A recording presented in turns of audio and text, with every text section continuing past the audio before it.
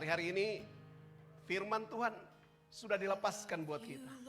Tapi belum mengalami terobosan, kita belum mengalami hal-hal yang luar biasa. Kenapa? Karena seringkali kita tidak ada pada posisi yang tepat. Kita tidak ada pada posisi rohani yang benar. Amin. Karena itu setiap kali firman disampaikan, saudara datang beribadah, firman Tuhan datang buat saudara untuk memposisikan saudara ada di tempat yang tepat. Amin. Ingat bahwa Tuhan itu punya jalur. Amin.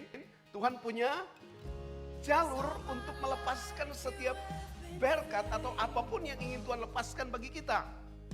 Tapi kalau saudara ada di jalur yang salah, maka itu akan meleset. Saudara tidak akan bisa menerima apa yang ada di jalur yang tepat. Karena itu setiap firman datang, Tuhan itu sedang memposisikan kita. Amin.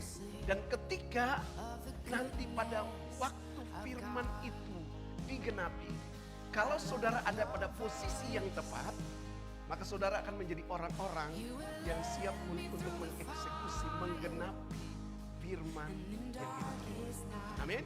Di aliansi ini kita tidak lagi berdoa untuk kebutuhan kita. Amin. Sebab kita percaya bahwa ketika saudara ada di dalam kebenaran, ada kuasa pencukupan di balik setiap kebutuhan. Amin. Kebutuhan bukan untuk didoakan. Amin. Jadi sudah waktunya bukan kita lagi berdoa untuk kebutuhan-kebutuhan kita. Sebab Alkitab bilang begini, kalau kita melihat Tuhan itu sebagai Bapa, maka Tuhan itu tahu apa yang kita perlukan. Persoalannya adalah kita ini sudah dicekoki, kita ini sudah didoktrin dengan semua sistem dunia ini. Ingat, dunia itu bukan alam semesta ini. Tapi kalau bicara dunia itu bicara tentang sistem. Dan cara kerja sistem dunia itu selalu membuat kita ada di bawah tekanan. Kalau tekanan itu akhirnya membuat kita mengikuti apa yang dunia mau. Itu sistem kerja. Tapi kalau sistem kerja kerajaan Allah, dia selalu ingin saudara yang ambil keputusan tanpa harus ditekan-tekan. Amin. Setiap kali saudara datang di gereja punya perspektif yang berbeda. Bukan datang di gereja untuk cari berkat. Bukan datang di gereja untuk cari selamat. Amin. Bukan datang di gereja untuk cari sorga. Saudara datang di gereja karena ada satu kebutuhan dalam saudara. Ada sesuatu yang namanya benih ilahi.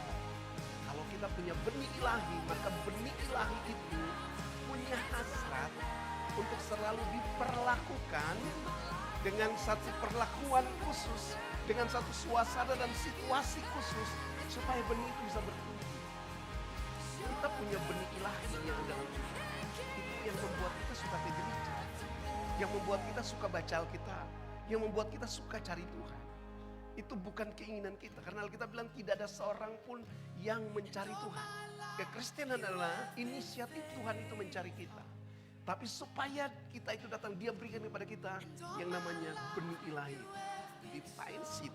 Itu ketika taruh di dalam hati kita, maka saudara punya kerinduan, saudara punya hasrat. Jadi kalau tiba-tiba ada hasrat, ada keinginan untuk mencari Tuhan, jangan batasi. Karena benih itu yang membutuhkannya. Amin.